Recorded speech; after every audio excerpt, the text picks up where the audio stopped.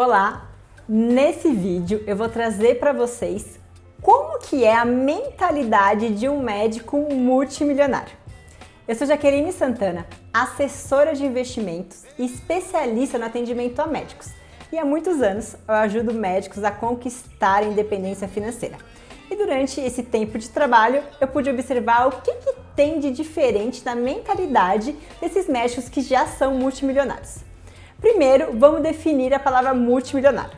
Quando eu falo sobre multimilionário, eu não quero dizer somente em patrimônio imobilizado, imóveis, casas, carros. Eu quero dizer em patrimônio em ativos financeiros.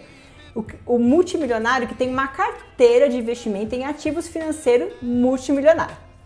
Essa pessoa, esse médico, geralmente ele tem um poder aquisitivo alto, ele poupa todos os meses, mas é óbvio, ele poderia sim gastar muito mais do que ele gasta hoje e não poupar dinheiro mensalmente.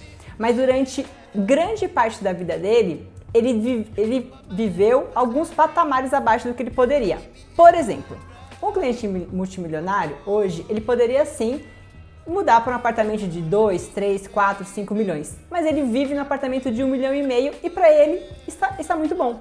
Ele pode sim comprar um carro de 500 mil, 600 mil reais, mas ele anda com um de 200 mil e para ele está ok. Ele não quer toda hora ficar subindo o padrão de vida. E é por isso que ele consegue poupar todos os meses e depois de um tempo ele ser multimilionário. Um outro ponto que todo médico multimilionário tem como mindset: ele preza a sua liberdade em primeiro lugar. E ele sabe que só acumular passivos, não vai levá-lo a lugar nenhum.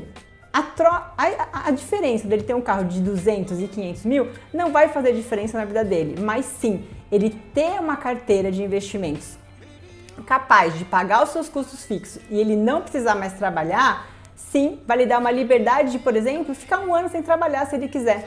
Tirar um ano sabático com a família, passar mais tempo com os filhos. Então ele tem como princípio muito forte a liberdade.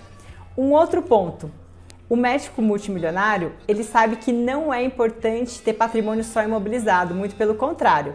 Ele sabe que depois de alguns anos, ele pode ter uma dor de cabeça muito grande com a administração, gestão do imóveis, vacância. Então ele tem sim uma casa, um apartamento, porque ele mora, mas grande parte do investimento dele está em ativos financeiros, porque ele sabe que a qualquer momento ele pode vender e sim tirar dinheiro mensalmente para ele viver de renda.